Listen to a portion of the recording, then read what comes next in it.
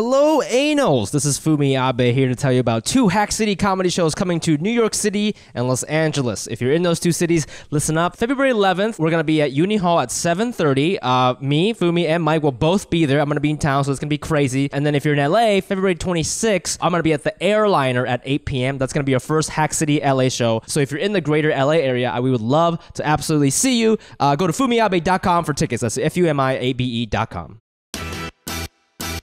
Isn't that such a comment on like our whole generation's like problem with our own like self-confidence? Like we put something out there and then expect zero people to pay attention. Yeah. I was still that with like Falcon and like Marvel. I was like, I put it out there and I was like, no one's gonna give a shit. Even though it's fucking Marvel? I was so excited about it.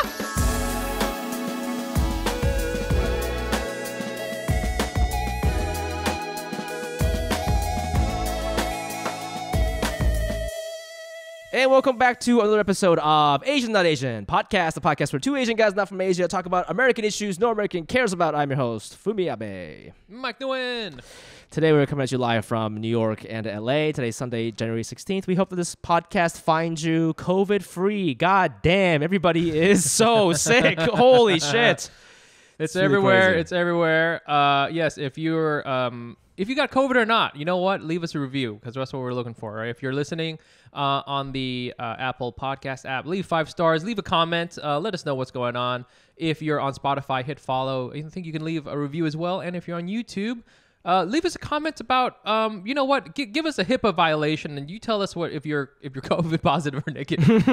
Do it. Okay, we're not medical professionals. Okay, the HIPAA doesn't apply to us. I didn't even realize. You know how people like post about that shit now? They'll like post negative tests and like be all cute on Instagram. That's a HIPAA violation, bro. I didn't even think about that. It could be. That's it crazy. could be. Okay, you know what? So, everybody stay safe out there, man. You know, that's Stay what we're safe, doing. and if you're listening to this on your phones, please take a screenshot, post it on Instagram stories, tag us Yes. at Asian Not Asian Pod. We love it when you tag us. It's our little fetish. We always like to do a shout out to our newest Patreon members before we start the show. What is Patreon? It is the best way to support this podcast. We're a completely independent operation. So if you like what you've been hearing, if you're picking up what we're putting down, please go to patreon.com/Asian Not Asian Pod and consider donating some of your hard-earned money to our operation. That money helps to pay for our studio, our editor, producer, our social media manager. These people are very fucking expensive. Okay, Mike and I, we're in the red, and we need your money. So if you like us, please donate, and in return, you get a shout out on this podcast where we try to guess your ethnicity purely based on your last name, and we also slide into your DMs, and you get access to monthly bonus episodes. There's like 20 or 30 on there now. We do it once a month. So if you want to hear more of me and Mike, please go to patreon.com/Asian Not Asian Pod. Here we go. Yeah. The 4 newest Patreon members of the week. We got Andrew Kang, K-A-N-G. Kang.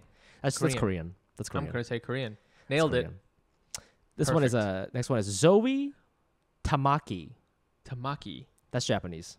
That's Japanese. Real cute Japanese too. Just like a cute indie Japanese person. It's interesting. I feel, you know how like you can tell, honestly, without even the last name, sometimes you can tell somebody's like Korean if they have a Christian last name like Esther. Oh, like, Esther Grace, is like a Grace, right? Yep. Those are very Holy Spirit. Yep. Holy Spirit Kang. Ghost Dude, Park. that's a Korean name. Right?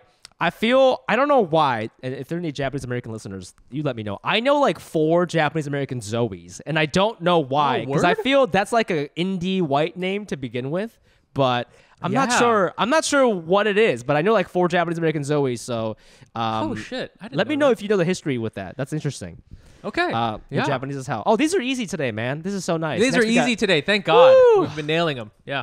Next we have James Song, S-O-N-G. You know what? This is actually kind of a trick because I want to say this person is Korean, but Song could also be Japanese. I mean, sorry, Chinese. I feel Chinese could be Chinese. Can it? No. S-O-N can be Chinese, I think. S-O-N-G, I think, is Korean. No, S-O-N is also Korean. No, S-O-N is Korean, but are you saying S-O-N-G can also be? I feel S-O-N-G could be Korean or Chinese. Okay, who is that dancer from the Kaba Modern? The head. His name is Song. Mike Song. He's a famous breakdancer. You've talked to him about it before. You know Mike Song? Yeah. He's Korean. No, I get that, but I'm saying I think also Song could also be a Chinese name. Okay, well name one Chinese guy named Song. Do you know? Well, James Song. How about that? Okay, well, fuck, you're Chinese, bro. Fuck, you're a Chinese You're guy. Chinese or Korean, one of the two. You're a Chinese guy trying to ride the Korean wave. I see you. Don't do that. I Okay, see we you. tried Don't that ride before. it. Okay, Don't do it. Ride your own we do wave. it all the time. Yeah. Ride your own wave. And last but not least, we have J. J. Lim. Lim. I mean, that's Chinese, but I don't know what I J think this is stands Chinese. for. I'm gonna say Taiwanese for sure. Yeah, This is a Taiwanese pop star, dude. J. J Lim. Oh, J Lim. shit, Oh, such a good that sounds album. hot. Woo. Woo. Dude, Taipei Nights. That's a great song. Taipei Night Market. That's a great ass song. Taipei Night Market. Oh shit, girl, meet me at the Have you pork been? stand. Dude, the Taipei Yeah. Night Market is fucking tight. It's a great spot. Okay, that'll be one of our. If we get to fucking $10,000 of Patreon money, we'll go to Taipei Night We Market. fucking should. We should I'll do a little fucking Asia go. trip. Me and you, and we'll film the whole thing. But we would We'll need like film the whole $10,000 a month to do We need this. $10,000 at least to yeah. do that. And I also need money because of a divorce lawyer that I would need to get in order for me to do this. Which would be so much money. Well, thank you so much for donating. And if you want to Yeah. get in on this game, please go to patreon.com/Asian.AsianPod, where we will guess your ethnicity based on your last name. Moving on, we always like to start this podcast by asking each other what kind of Asian we were this week to figure out what it means to be Asian American in this goddamn world because it's so confusing. So, Mike, what kind of Asian were you this week? Today, this week, I was a duplicate Asian. Asian. Yeah. I got the classic, somebody thought I was somebody else thing. So I was at the club. I was chilling, and this was is on stand-up comedy club, not a dance club, listeners. not a dance club, the dance club. You're trying to look like everybody else. But I was at a stand-up comedy club. I was waiting to do the show, and this is like a big show. It's a free show, and so it's like really crowded, and like so there's a lot of like audience members, but there's a ton of of comedians there, tons and tons of them. Like I would say like 30. It was like a shit ton of people because they just want to show face. So I was sitting there, and on two occasions, a young comic dude comes up to me, and then right at the last minute is like, "Oh wait, I thought you were somebody else." So twice. That's happened twice.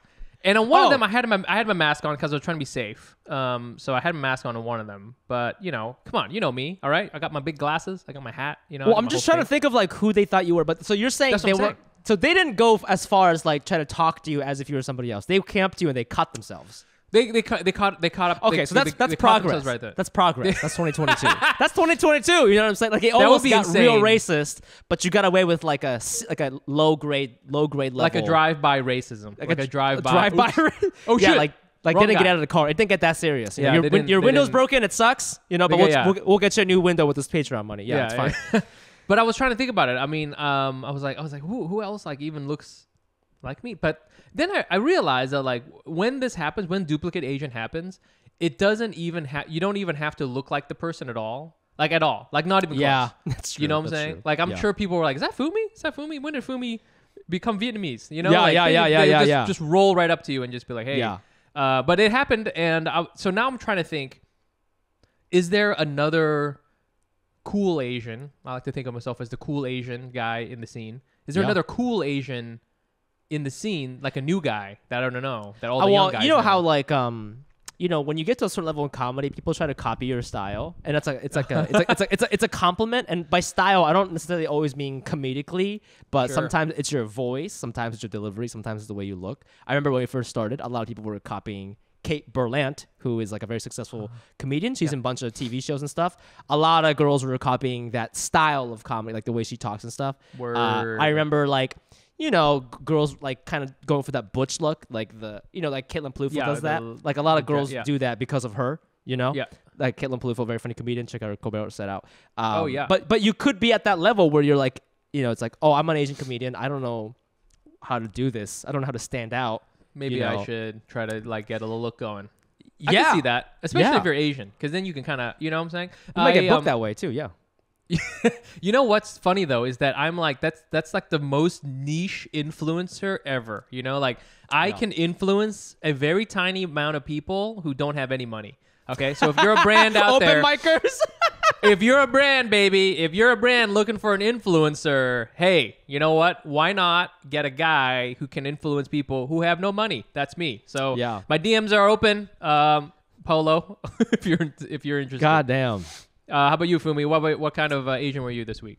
Dude, this was kind of heavy, but I was a breakthrough Asian. Okay. Okay. Had a nice breakthrough in therapy. Okay. So okay. you know, Keep going. Okay. So you know how like I think I've talked about this on the podcast before, but like I write comedy for a living, but I think I've expressed that like sometimes actually a lot of times I feel like I don't know what I'm doing or that I shouldn't really be there. It's not like always like the best fit for me. And that's not me shitting on anybody else. It's just shitting on me myself. I think the other writers there are like extremely funny, and they're funny in the way that maybe the show needs them to be funny, Yes. And I can tap into that sometimes, but a lot of times I'm just like, oh, I don't know, like I don't think about this, or like I don't think I would try this, but it's like we don't do that, And I think months and months of that can like be mentally exhausting because. Sometimes I'm just like, why am I a comedian? Like, I'm so not funny, I'm so not funny. So it's like talking to my therapist about this feeling, right? And a couple of things I mentioned. You know how we've had like Sierra Catal on the podcast, and like we discussed that in this world in America, there are a group of kids who are like 16, 17, Asian or not, and they're like, I want to be a comedy writer. I watch TV and I'm like, wow, I wish I could be a writer on The Office. I'm going to go to school and try to be that, And I would love The Office, obviously. Not once when I was younger did I think I wanted to write for them. That was like not really. Yeah. I love that show. I never wanted to write for them, That's just not something I wanted. But for some weird reason, I gravitated towards stand-up and not writing initially, right? Stand-up, not writing, not acting, not writing. Not acting. Stand-up specifically.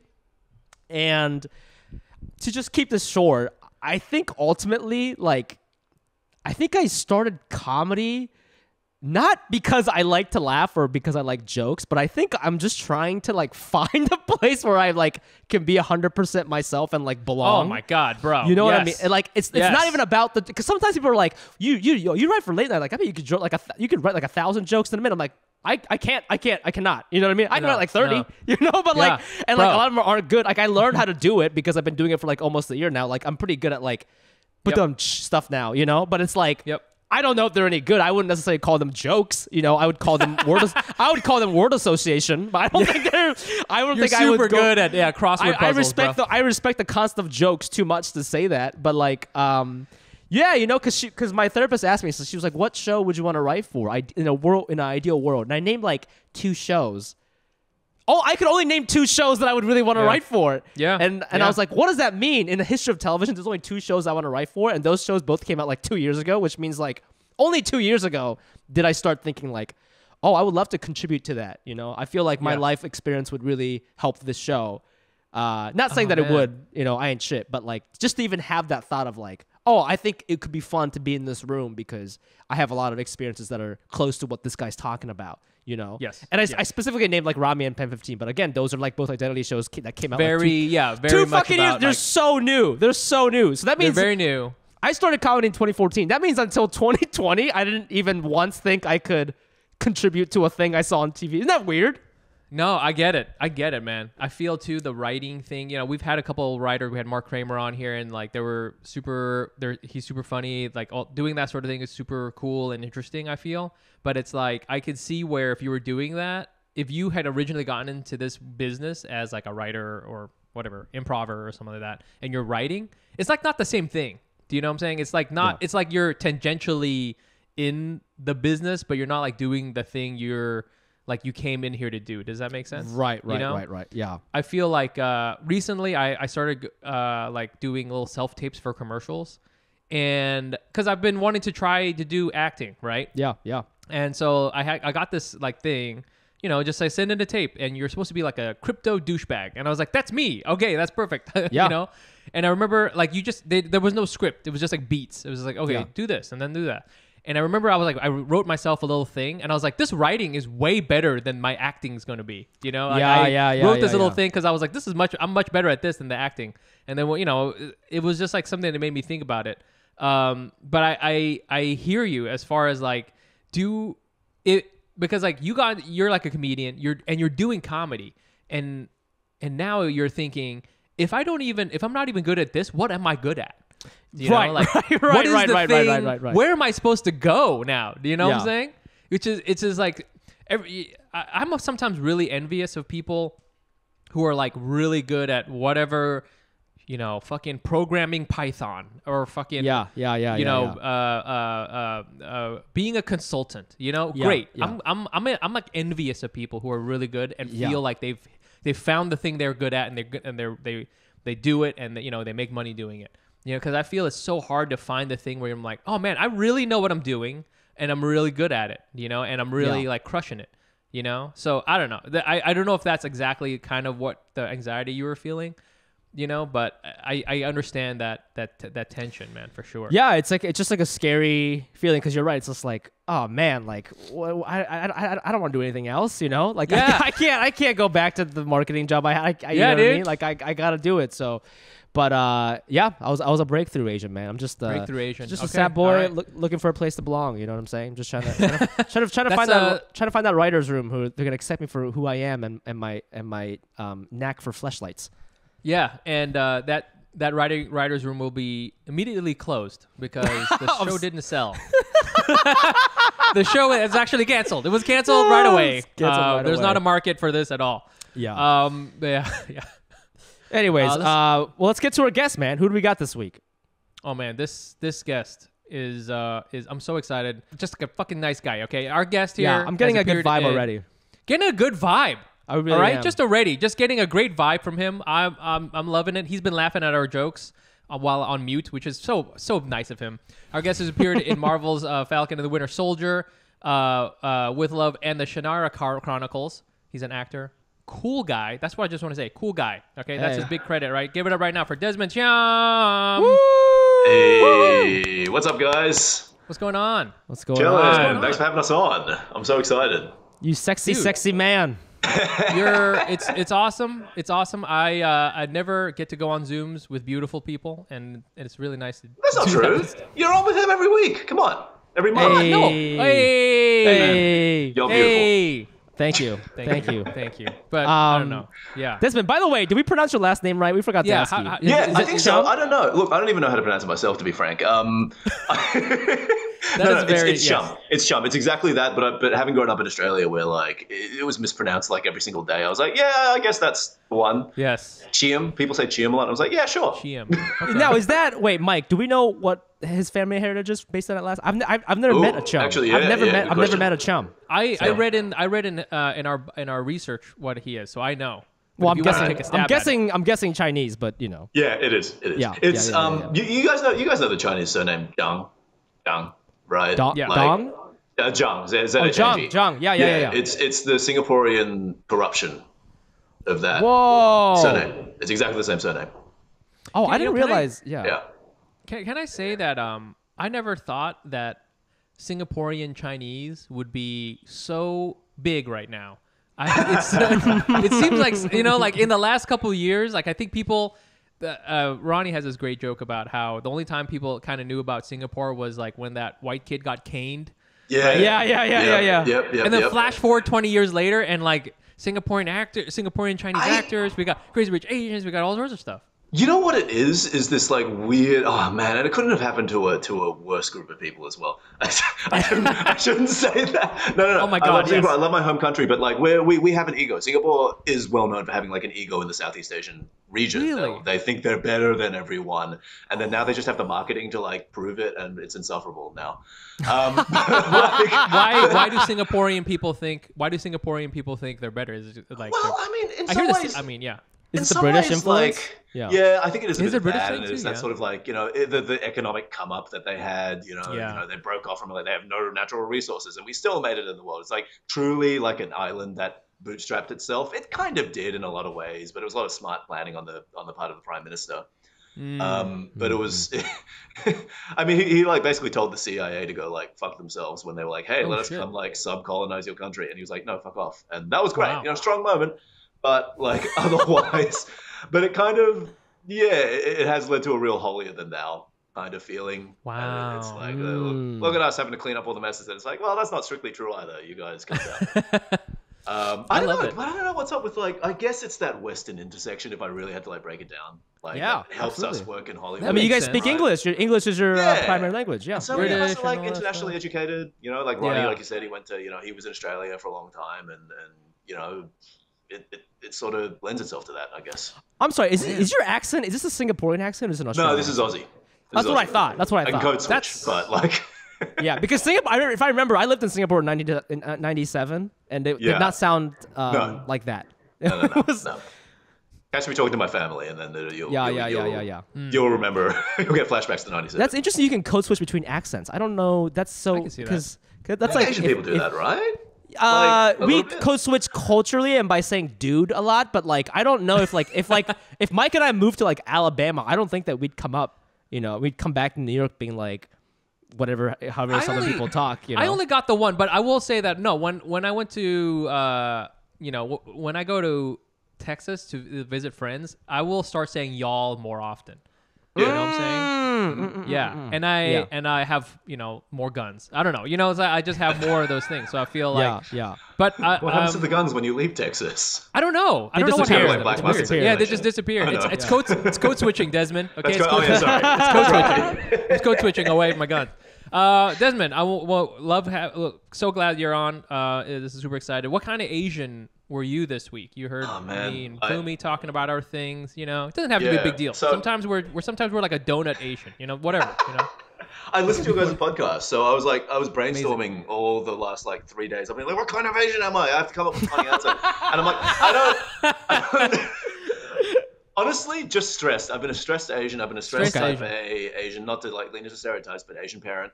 Like because I just got the marching orders to like I live in LA, but then they were like, you're flying out to New York in like 2 days, and there's something about shit. having just enough time, but not enough time. That awkward Yeah. amount of time. That's like now I'd have to do everything. Yes. These 2 days, and I'm like, I must clean up my whole house, and I have to pack today on Tuesday, even though I'm leaving on Friday, and I need to do it Yeah. now because if I forget Yeah. something, then at least I have Wednesday to put the thing that I forgot into the bag.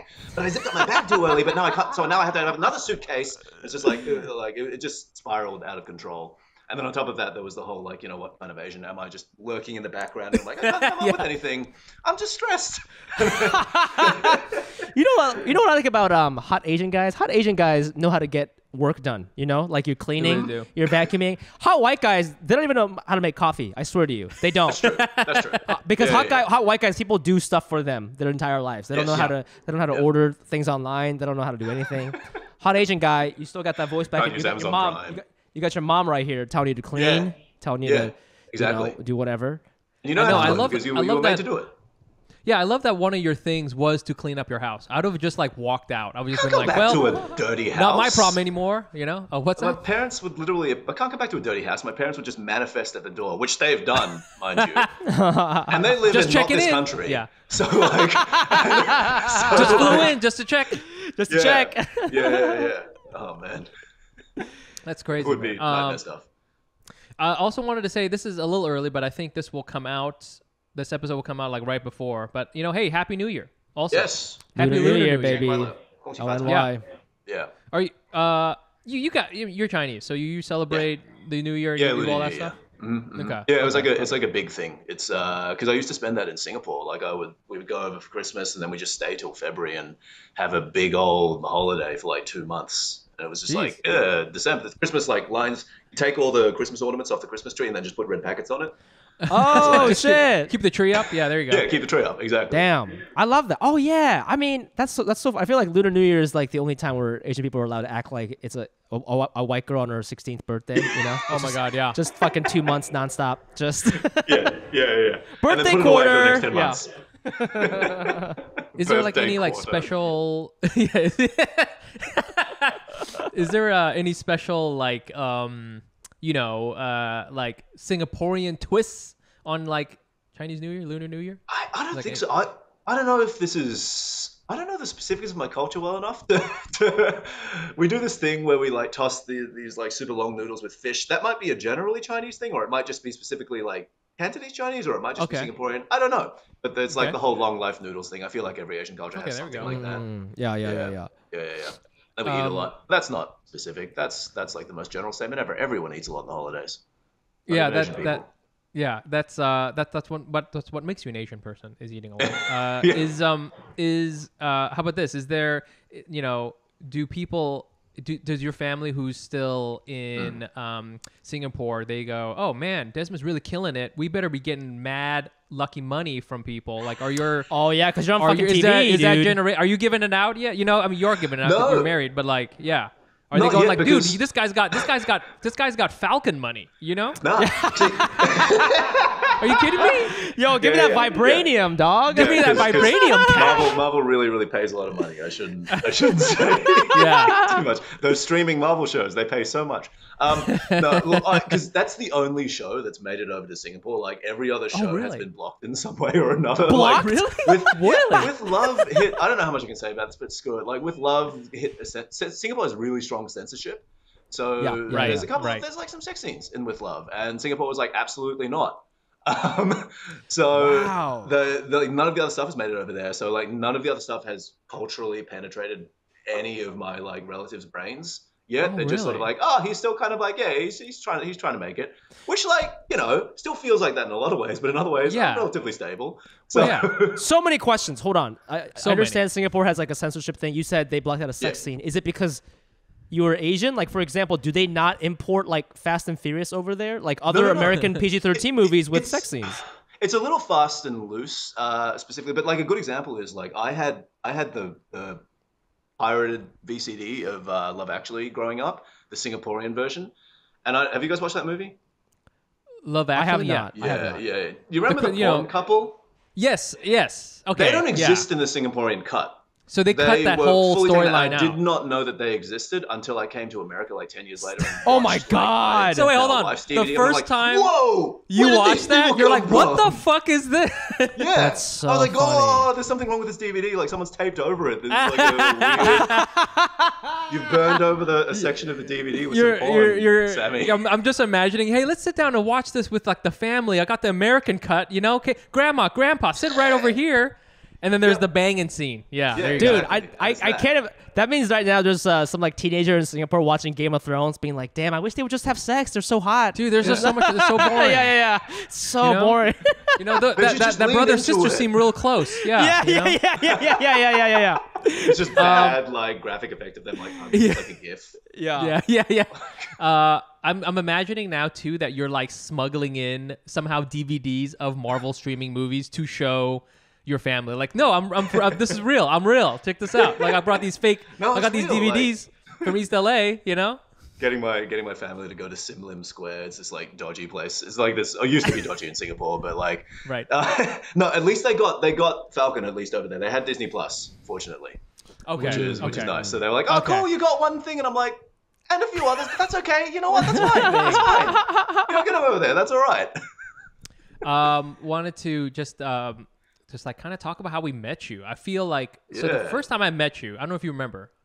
I've only met you like once, so I don't know why you wouldn't remember. But okay, so like the first time I Brooklyn, met right. you, we were at the knit. We're at the knitting factory in Brooklyn, Mm-hmm. and my boy FUMI, he was getting he was his comedy quinceañera, as we call it, Yeah. which is his. It was a big show. It's still a big show. It's like the big show at the knit, and FUMI's doing it. So I went down there, and Alexander Hodge was there. I was like, hey, Alexander, blah, blah, blah. And I didn't expect to see him there because I just didn't know. So it was cool. And then you showed up, and then I was like, there was just like hot Asian guys coming out of the woodwork now. Just like 14 dudes with like beautiful hair. And I actually thought, I didn't know you were an actor because you were like so jacked. I was like, this guy's clearly like a CrossFit trainer. Or something like that. Yeah. Do you remember this? Yeah, I do. Yeah. I was meeting Kimmy that night, and she was like, "Hey, my friends are doing a comedy show over at the Knit. Let's stop by." Yeah, you know what's crazy? what are you Alex doing? and Kimmy came to see me because I posted it. And It's so I didn't- nice. And like that didn't click for me. The fact that like my friends would just want to come see me do stand up. So when they were there, I was like, "What are you doing?" I wasn't like mad, but I was like, "What are you doing here?" And then I remember after the show, I like left immediately. I think they wanted to hang out or something, but I was like, "Okay, bye." Like I didn't know how to handle it because I haven't had a friend come see me do stand up in like so long, Isn't that such a comment on like our whole generation's like problem with For sure. our own like self-confidence. Like we put something out there and then expect 0 people to pay attention. Yeah. Yeah. Like, I was still that with like Falcon and like Marvel. I was Really? like, I put it out there and I was like, no one's gonna give a shit. Even though it's fucking Marvel. I was so excited about it. Yeah, I was like 0 expectations. You can ask my wife. I was like, I posted some stuff up and I was like, I'm gonna be off this for the rest of the night because no one's gonna care and that's gonna trigger me and I'm gonna go sit somewhere quietly and play some like, I don't know, That's Stardew so Valley or something. crazy. You could get something from Marvel, arguably like literally the most influential entertainment entity in the world right now, and you're like, it's whatever, you know? It's our complex, man. It's Yeah. we need to be breakthrough Asians about this. Yeah. That's true. Because I think we that's share true. this. I was gonna say, so like it's interesting to hear, you know, hey, I feel like we did a lot of research and there's a lot of stuff where it's like, you know, we keep calling you a hot guy. I hope that's okay because we don't want to stereotype you. Because it sounds like you do get stressed. You do get real stressed about your career. Yeah. You know, you can get Sure. yeah. Yeah. Like everyone, and look, the whole Asian hot guy, I think, is like such a cultural reaction. You know what I mean? Like we were shit on for so long that like there's a few of us that kind of like, and you know when you're like 18, 17, when you don't like being a thing, you're like, I'm going to be the diametrical opposite of this thing. Yes. And yes. a bunch of us did that for like only that for like 8 years, like dedicated life to it. And now we're sort of realizing that doesn't substitute a personality, you know. A few of us like more successfully than others, but it is sort of that like weird thing of like, okay, we've done this, and it actually doesn't really mean that much to just be good looking. Like, what else? Yes. What else should we be doing with? What else like, should we be doing with our like platform? I hate that because we're like the least qualified people in the room to be doing that. But yeah, it's like there's a bunch of dudes in LA where it's like the hot Asian guys, and it's like cool, awesome. What else now? Now what? That was real is so short-lived. I feel interesting. like, hot Asian guy as a personality was like in the industry was helpful for like 6 months. Yeah. But now you have to be like, oh, do you also do comedy or do you write or like do you dance? You know? All the Kevin's out there just being like, damn it, I have to have something else now. Yeah. Yeah, the But abs the crazy alone part don't is do most it. of us did have like some other talent as well, is because we were like again so shit on that like we had to you had to diversify, have something, right? Yeah, we had to have like yeah. a risk-free portfolio for social economics or whatever. What a way to call it. You just pulled up my Vanguard portfolio just now and talk to me about that shit. Mike, you snacky ass motherfucker. That's what everybody calls me, babe. They know Mike Nguyen is the snacky motherfucker.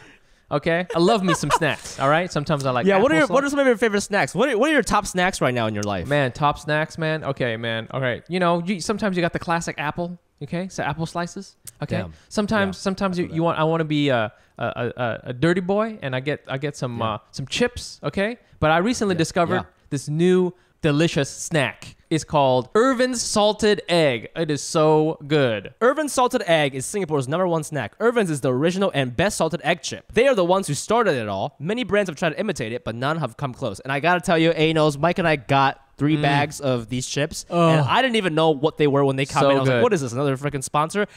Put it in my mouth. It blew my mind. It is probably the best Asian chip thing I've had in like a very long time. And I mean, I think quality-wise, it's maybe on par or better than the stuff that you get in your Asian market. I'm not even joking. It's real good, man. It's real good. They use real salted duck eggs. They use fresh curry leaves, red peppers, dozens of the bag. It's real ingredients. You can taste it. It gets all over the place. It's so yummy. Now that they're here in the U.S., you no longer have to smuggle their snacks into your suitcase, which apparently was a very common thing, and it's also illegal.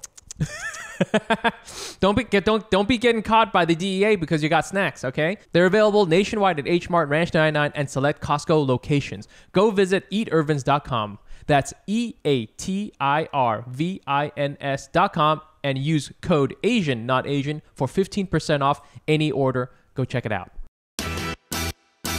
Brah! Yo. Brah. What up? What up? How many subscriptions do you think you have? You pay for right now, Including the ones that Netflix. including the ones my wife doesn't know about, like 20. Yes, Easily. dude. I mean, and how many do you think you're actively using? Dude, like 3, maybe. You know what I'm saying? That's crazy. So you're literally wasting like hundreds and hundreds of dollars every month, money that you could be contributing to the Patreon. If I'm being completely honest, with you. It's You could true. contribute But to you your know own what it Patreon. is that a lot of times these subscription services make it like super freaking hard in order to cancel it because it's like buried in something, or you got to do some weird thing with like 2 different phones to confirm some ish like that. It's crazy, man. All right? Absolutely. And what we got to do is we got to fight back against scammy subscriptions with Truebill. Truebill is the new app that helps you identify and stop paying for subscriptions you don't need, want, or simply forgot about. On average, people save up to $720 a year with Truebill. Because companies make subscriptions hard to cancel, Truebill makes it incredibly simple. Just link your accounts and Truebill will cancel your unwanted subscriptions in one tap. And your Truebill concierge, is there when you need them to cancel unwanted subscriptions so you don't have to, and maybe other things if you're nice to him or her. Ooh. Oh, it's very fancy. Yeah, man, I use Truebill. I canceled like a whole bunch of stuff. It saves me like $30. It saved me like $30 a month. I'm going to save like over like $300 this year alone, man. It's crazy. That's amazing. What are you going to do with that money, you think? I'm probably going to, just buy socks. Nice. Truebill has over 2 million users and helped save them over $100 million. Ooh-wee. Okay, don't fall for subscription scams. Start canceling today at Truebill.com/Asian. Go right now, Truebill.com/Asian. It can save you thousands a year. Truebill.com/Asian. We were doing the research, and it says here you're also a dancer. And you like picked it up. When you really dance? I was joking. I hate that about you. Okay, go ahead. That's what I'm saying. We had to be. He has so many ways to take your woman. Shit. Fumi is sweating. Look at him. He's Dude. sweating. Because, I feel like Mike and I, we're like the, before comedy too, we were like the goofy kid in high school because it's like, this is all I got. I can make you laugh. Right. This is it. And now you have to touch my penis because this is, you know what I mean? But this is it. But like, there are real people with abs, all 6 abs, by the way, all 6 abs, and they dance, and they got facial hair. It's a problem. But please proceed. Yeah. Let's proceed. Also, Desmond can do comedy. So And he was a lawyer. He was smart. I don't know, man. Like, I blame my parents.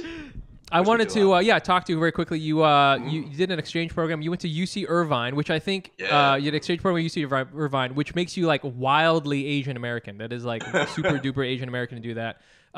Wanted to ask first, like why UC Irvine? Because like I don't know how it works with your. Did you just know you're gonna have a good time there? What's going on? You went to like the #1 school in Australia, is UC Irvine. Not shitting on them, school. but like it's a good school. But it's like But like I mean like anywhere.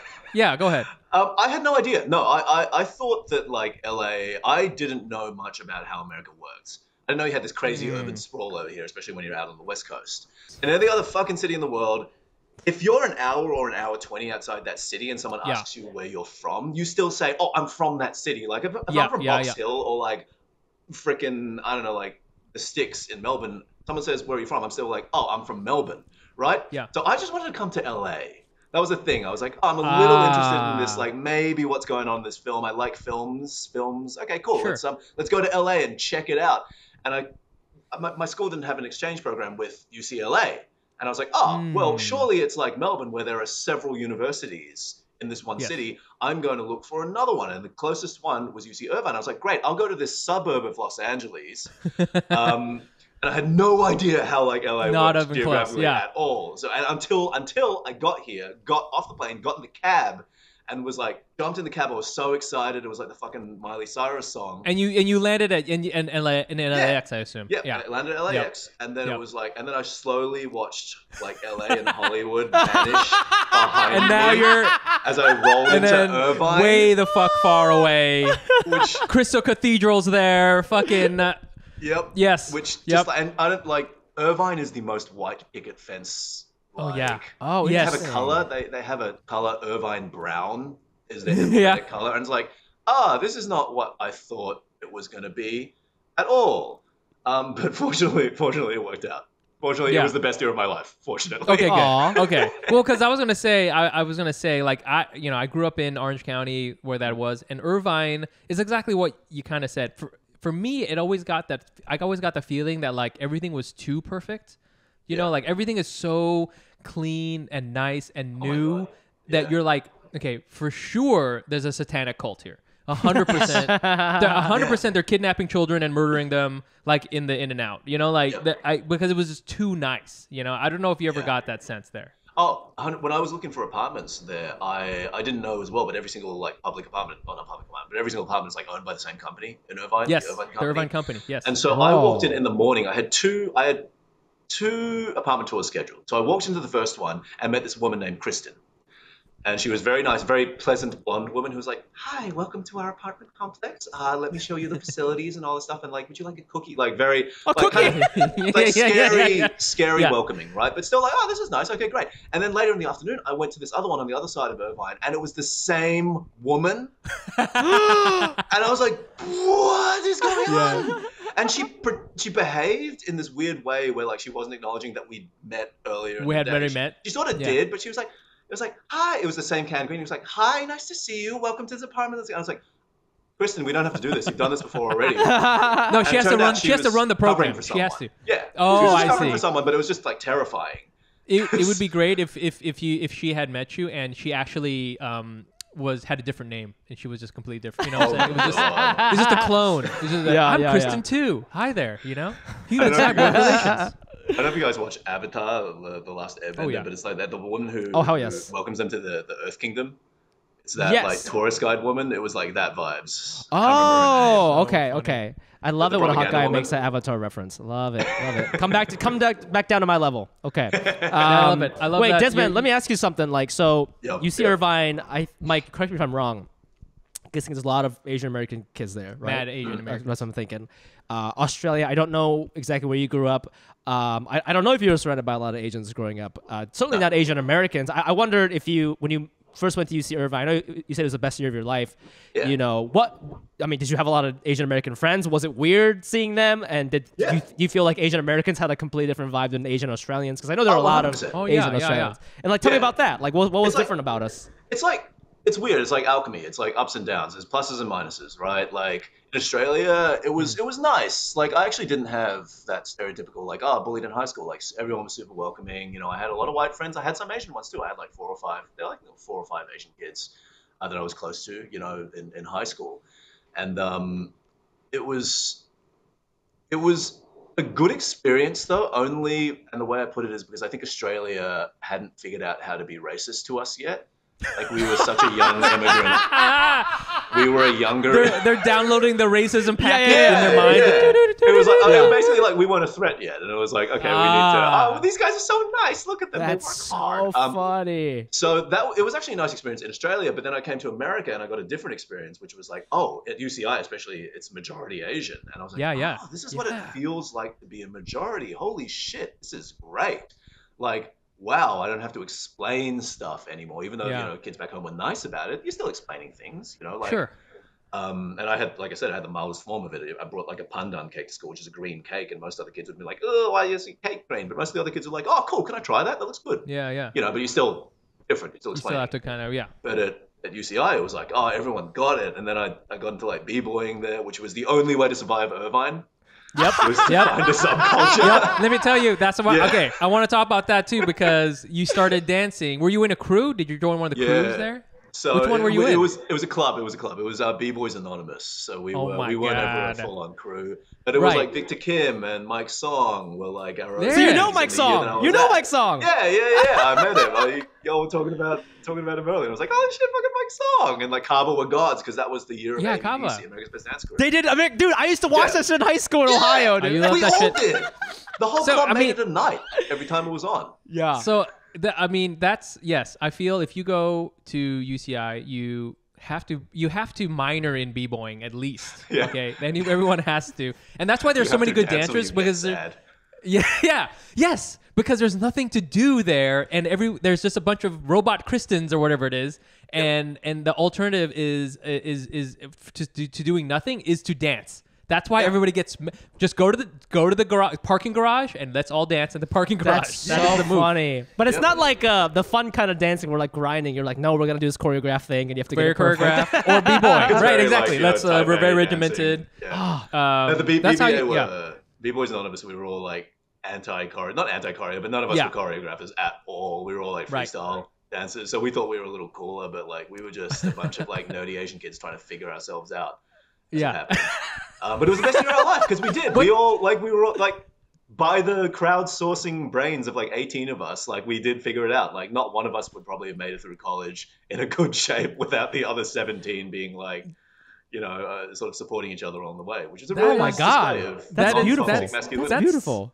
That is an amazing way. It's like, which dance move helps me discover who I am? You know what I It mean? really Like, was that. Yo, man, we had philosophical conversations. which is it about the windmills. windmill that helps me uncover my roots? You know? It was like these really deep conversations couched in like a dancer tropes. Like, if you're the kind of like, if you have the stability to do like hollowbacks, you know what I mean? Like you're that kind of guy, you're like a solid guy, Like, oh my God. And then Vince, he's like crazier, so he does like the windmills and the power moves. But that's Vince, like that's not you, and that's man, that's who he is. Okay, he comes from a broken home. That's why he can do power moves. That's why. Yeah, exactly. What was your thing? What was your thing? I feel I was Desmond, the freeze guy. I was the stacks guy. So I just do a bunch of like freezes, transition into like other static holds and stuff. Strong core. I see that. In there. Yes. Yeah.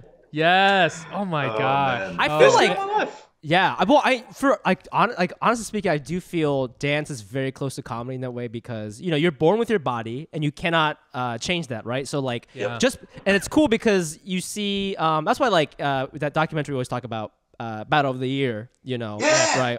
Fucking right. So you see like the Koreans have a completely different body type than like the French. But they're still good because they can they can just do something different. And like the Japanese, they don't really do power moves, but they do like this other thing, and that's okay too. Like a girl like doesn't have to have like a fat ass to twerk. You can just do something else. And I think that's like super encouraging to be like, I just have to figure out what I can do with this this body. So much of like what you versus yourself. I think b-boying more than a lot of other stuff. It's like you versus yourself, and if you can like figure that, like look at these like 20-year-old conversations coming back to me like, dude, it's shit. If you can figure that out, you got the keys to life, man. You'll never suffer again.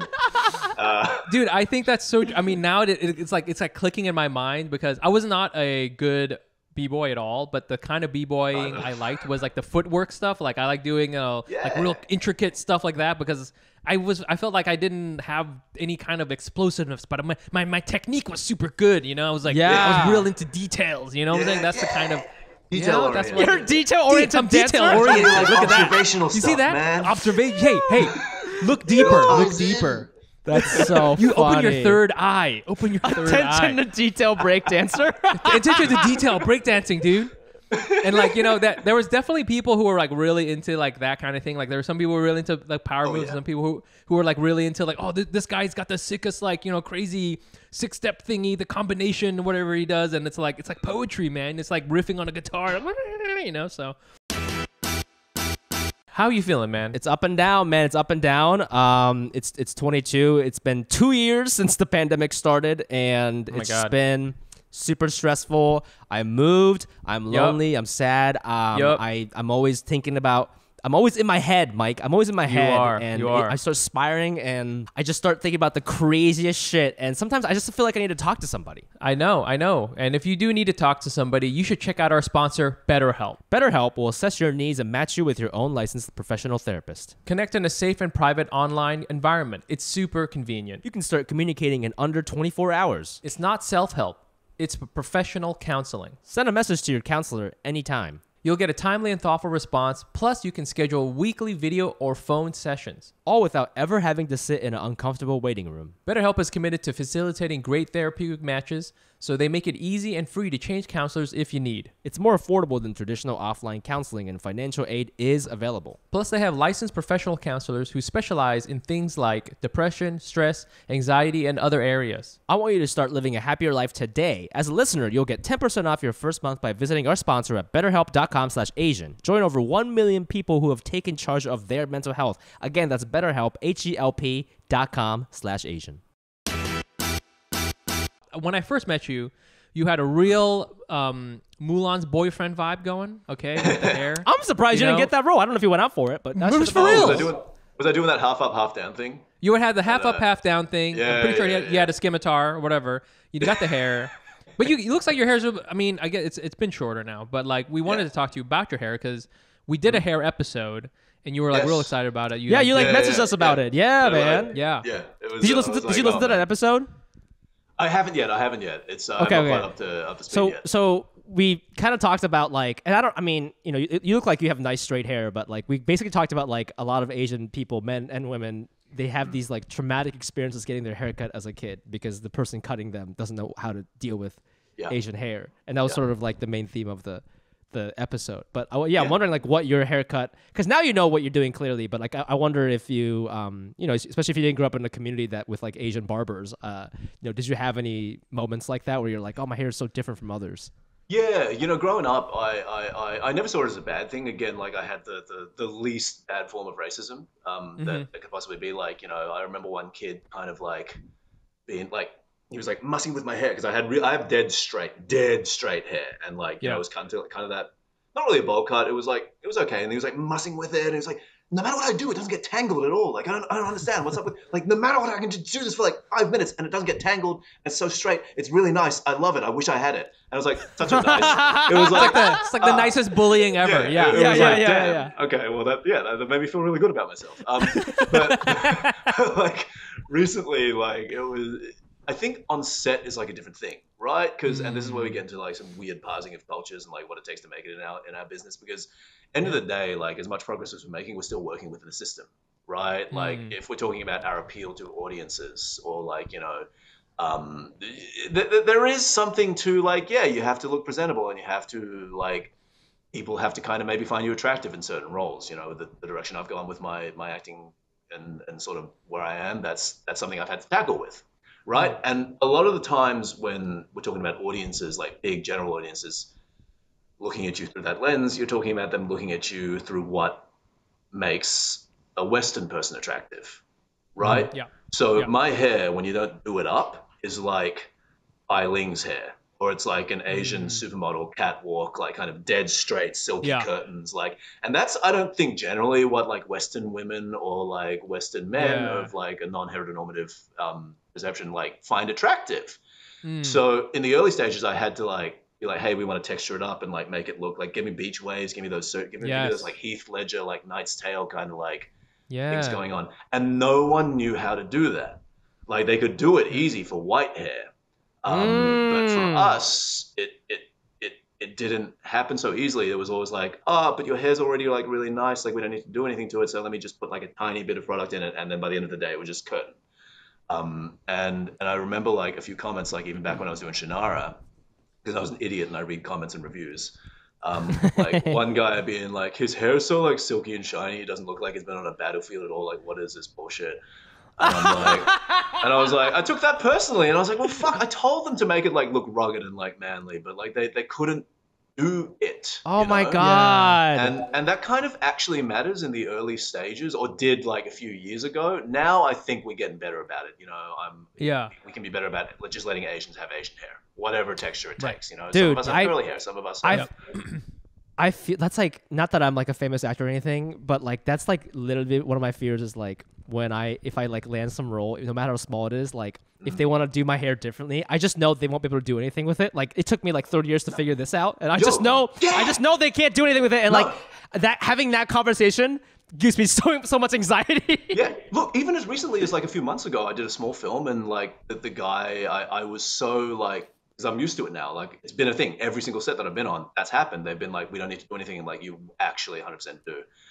And I was like really firm with the guy. I was like, look, it fucking eats up product. Asian hair eats up product. It looks like white hair on the surface, but you don't need a lot of white product to make white hair do what it needs to do. You need to use half a fucking tub. And absolutely. make it look like it doesn't. And he's like, no. He's like, and he was like, yeah. Like he sort of like agreed with everything, and then just didn't. And I was like, dude, come on. And so I bring my own product at this point to a lot of shoots, because I just expect that it's easier. It's easier than me fighting the white guy who has never done Asian hair before. Yes, that's my advice: is bring it and do it how you like to do it. Oh my God, that's fucking real, man. I did this like commercial shoot a little bit ago, and like they like wanted to like cut some of my hair out at the bottom, and they didn't do much, but I didn't know what they were gonna do, and I remember being like, just so you know, I have Asian hair, and it's like weird. I'm sorry. I like apologize for it, and they were like, "No, we can cut all kinds of hair." And I'm like, I don't know if you can, but whatever. And they didn't do much. But like, if they wanted to make a drastic change, like I don't know how I would have handled that, because I don't know how to have that conversation, especially in a professional setting where like if I'm paying you to make my hair look good, I'm allowed to be like a little bossy. But like if I'm featuring in your project, I feel weird being like, don't do that. But also I know you don't know what you're doing. You know. I think it's good. I think it's good to like start putting our foot down because I see some shared DNA with a lot of like people who've been really, really successful in this industry or like actors and stuff. And look, there is an overlap with a certain type of toxic bullying personality, but a lot of the guys who are doing and girls who are doing really well are very firm in what they say. Yeah. Like I'm trying to. Well, they know what works DNA. for them, I think. Yeah, exactly. Yeah, that makes sense. I feel wanted to ask you. You heard me sort of talking up top. I started going out for some commercials just because I think it'd be interesting. I think if anything, it would help me with stand up. It's always been something I've been like not like excited about. Yeah, you've never wanted. Yeah, I remember you saying that to me. You're like, I never want to do acting. It was like a zero for you. On the little tiny little micro project things, I like being on set. I think it's cool, but I think I always come of it to it as like kind of like a from a writer's point of view, like, oh, how do the characters work now? But now I'm like trying to think about it the other way. If as someone who's like receiving and trying to like channel whatever character. I mean, like I have no idea where to start. I've only done like 2 things. One of them was like pretend you're on an exercise bicycle, and I was like, okay, I'm an asshole.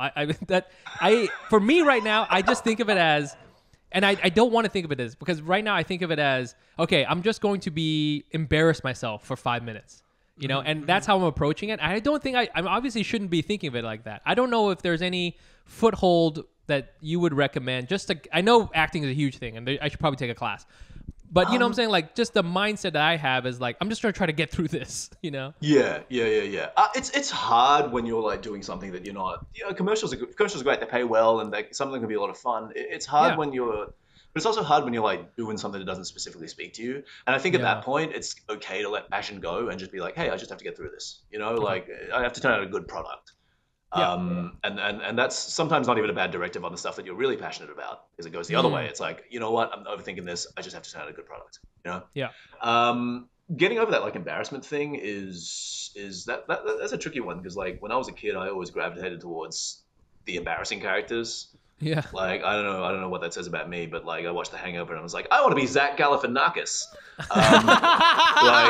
Well, you can't. Okay, that's me.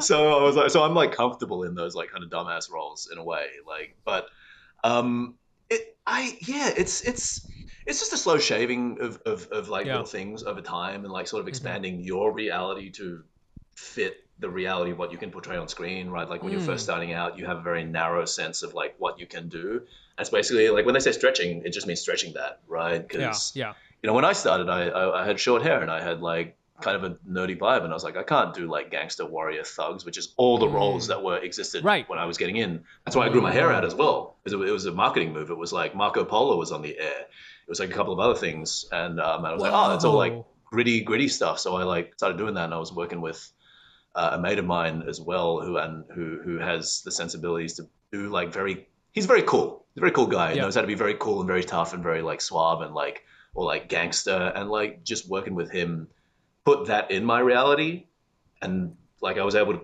be that in real life, I guess, or at least the very like surface level of that, and then that could be that would then work for like the acting.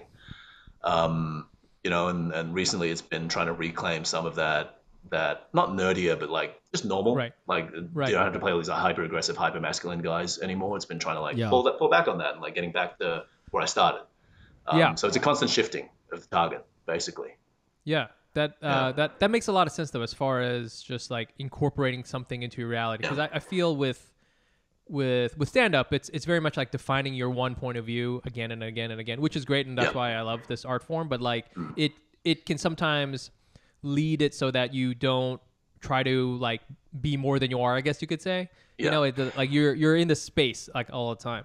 Which is not a bad impulse. I think you have to be who you are when you're actually doing the job, right? Like if they've hired you for the thing and like there's no time to do any of that external work. But like, and that's when you should 100%. And I think that's something that comedians have over everyone else, is they have a very strong sense of like stage identity, at least. Sure.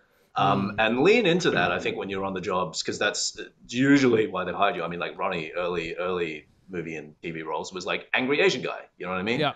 Like and he will say as much. Yeah. Like, and he's look, he undersells himself as an actor. I think he's great. He's actually very good. But that's what people wanted when they hired him for certain scenes, and that's just what he lent into. And then outside of that, then he was like expanding. You know what I mean? And then you can do that outside, and then come in and surprise him, maybe. Yeah. All right. Well, Desmond, I'm coming for your shit. Okay. All right. You and I do it. 100% overlap on all the roles we've got. Okay. Except one thing I wanted to kind of close off on. We talked about Asian hair. We haven't talked about Asian facial hair. You got great facial hair, bro. Was it tough for you to do this, or is this something you're just like, yeah, I got it. You know. I look like a fucking. Oh, what's that? Over time. It took a while. Okay. I always wanted it because I have a pet theory.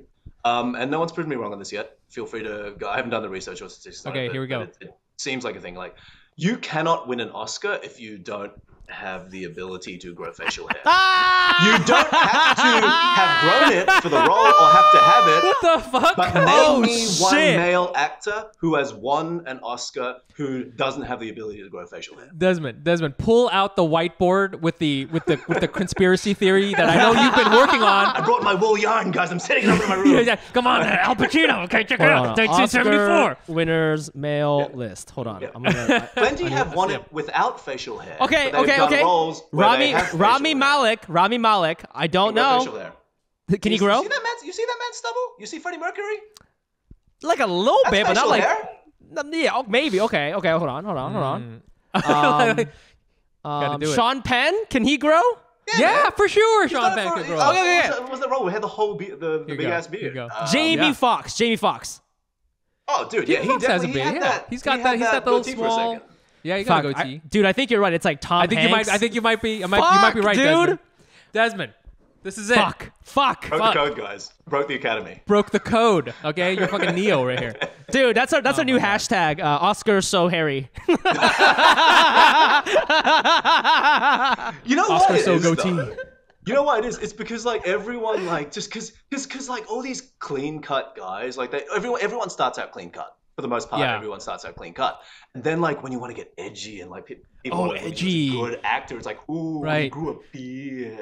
And I think that systemically puts Asians on the back foot. Like, I'm privileged, I'm lucky enough to be able to do this, right? But like, I think you're right about Asian that, brothers aren't. You know what I mean? And they're great actors.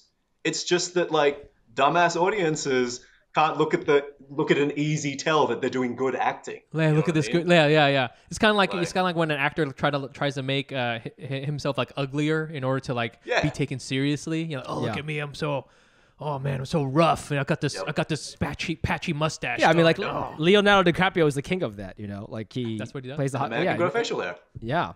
Fuck. And you know what? You're right, because like that. What's that movie he did where he wears the bear, the Reverend? Yeah, the Revenant. Yeah, you can't you can't play that if you're like who plays McLovin on you know that guy?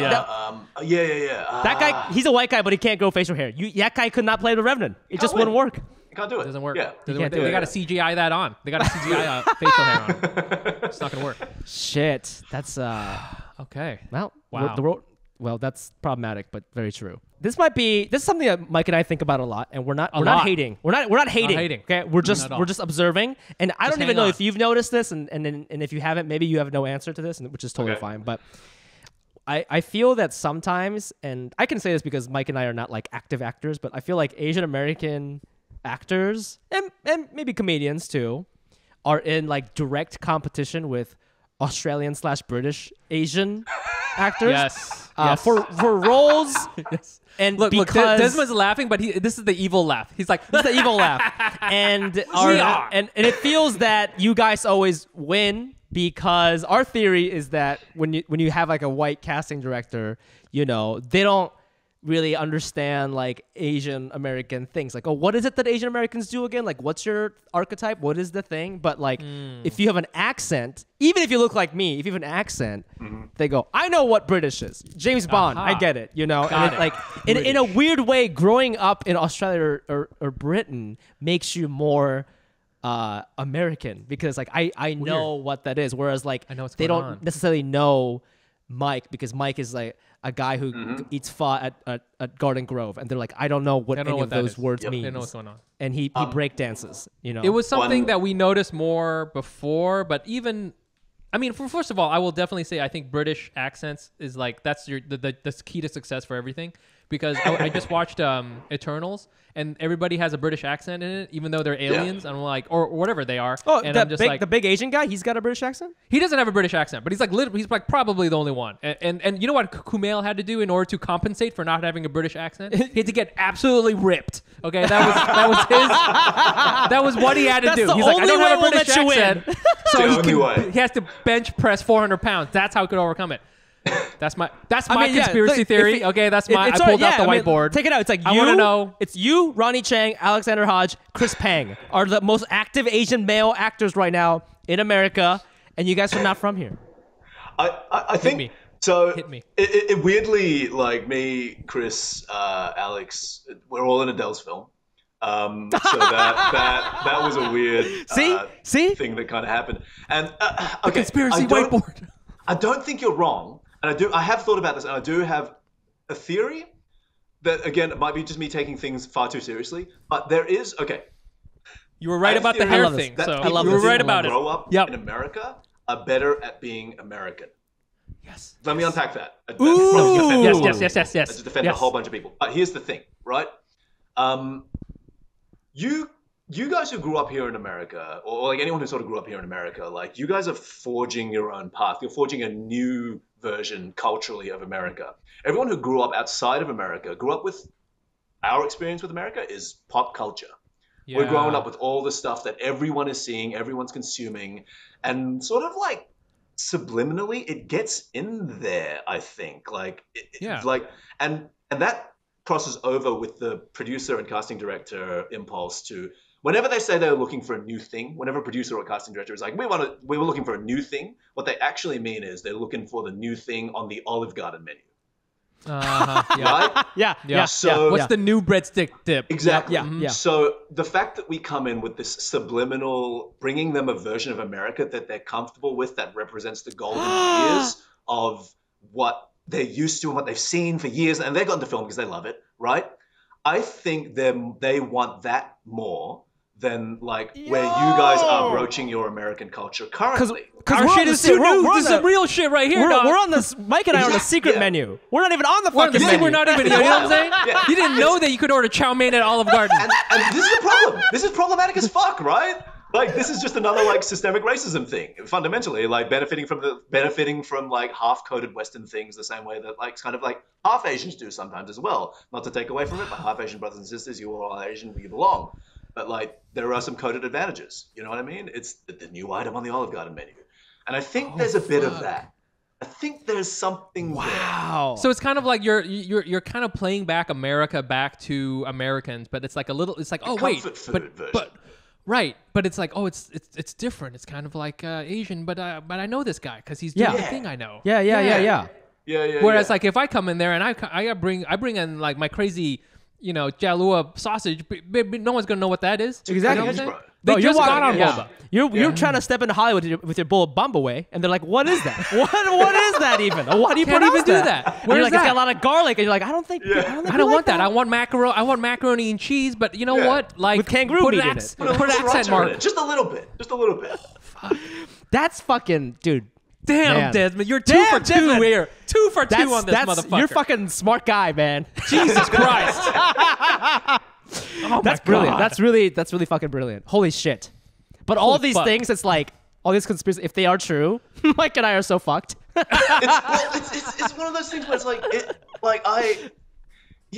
again, this is a sample size of one Desmond. I don't have all the answers, but like I've pushed my career and I've made the choice to be like, I'm going to push my identity towards those like comfortable spaces, if that makes any difference. Because like, I'm the kind of guy who works within the system. I got to make a living. You know what I mean? Yeah. And it is shilling fundamentally. Like if you break it down, it's shilling. Right. A little bit, and it doesn't feel great. But hopefully it puts us in a position to like, I want to open this up for like all my everyone. Let me ask you something. Yeah. Have you had Asian American actors say something like that to your face, or have you had this conversation with? Is this a thing that they're also noticing? Yeah, 100%. Yeah, I think so, and it's something that we've talked about, and something that like my group of Aussie boys like we talk about it as well, and I think there is something to the level of actor that makes it out here as well. Just on to get out of Australia, you need to be quite good already. Right. To have made it to any of the schools here, or visa-wise, to be able to get that like special visa, you need to have something already. So we've already gone through one filtering process. You really just get the best of our country over here. That's the other part of it to sort of be fair and balance out that equation is like statistically I think some of us in terms of like the number of Asian Australians or Asian British people in Hollywood at any given time, like probably more of us are working in terms of the percentage of us, just because Interesting. So many of us have already been through like the initial steps in we're a little seasoned basically as well. Right. I'm pretty makes seasoned. sense.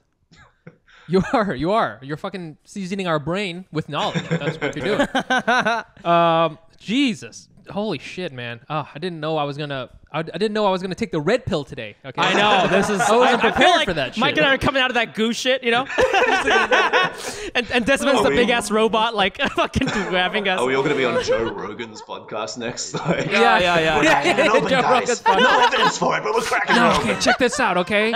First of all, don't take the vaccine. Second, British-speaking Asians are, and he's going to be like, tell me more. Okay, wow. All right. I love that. Okay, that was amazing. That was amazing. Desmond. No, thank you guys. Yeah, thank you so much for doing this podcast, man. This was absolutely amazing. We had such a blast. Before we say goodbye, is there any, what do you like our fans to know about? Where can they find you and your work? Where can they find you? Yeah, anything you want to plug? Well, you can find me at Des Chiam, both on Instagram and Twitter. As far as plug-in, I've got With Love out on Amazon right now. It's a fun little holiday thing. If you miss the holiday period, take a look. There's also there's a Hot Mess Holiday, which is on Comedy Central and Hulu, I believe, in Paramount Plus, which is a fun South Asian kind of like heist, Christmas, romance, romp thing. It's everything. It's so fucking funny. And then of course we'll have Partner Track on Netflix coming out next year at some point, or I don't know, sorry, not next year, at some point. That's what we're in New York for. Yeah, those are the main things. God damn, the flex. Beautiful. And you can follow us on all those social platforms at Asian Not Asian Pod. Also, please follow me at the FUMI Abe. That's CHEFUMI8BE. And you can find me on Instagram at Nice Pants Bro. The next Hack City is going to be February 11 in New York City at Union Hall, 7 p.m. in Brooklyn. I'm actually going to be in town, so I will be there for that show. Holy shit. I'll be crazy. There. It's going to be a reunion. I mean, if you're around. If you're still in New York, come through, dog. Love you to come through. Yeah, we'll do. February 11th. It's a good time. We party afterwards. It's good. And then I'm also doing Hack City in LA February 26th. I had to move it because of Omicron. So 26th, we're going to do a first one in LA. And some of you guys bought tickets already. Airliner, 8 p.m. That's in Lincoln Heights. Some of you guys already bought tickets. So those are still valid. And then just go to fumiabe.com for tickets. And I think that's it. Desmond, thank you so much. So good. So good to have you on the pod, man. This was amazing. Amazing. Anos, we love you. We'll see you guys next week. Bye. Bye. Peace.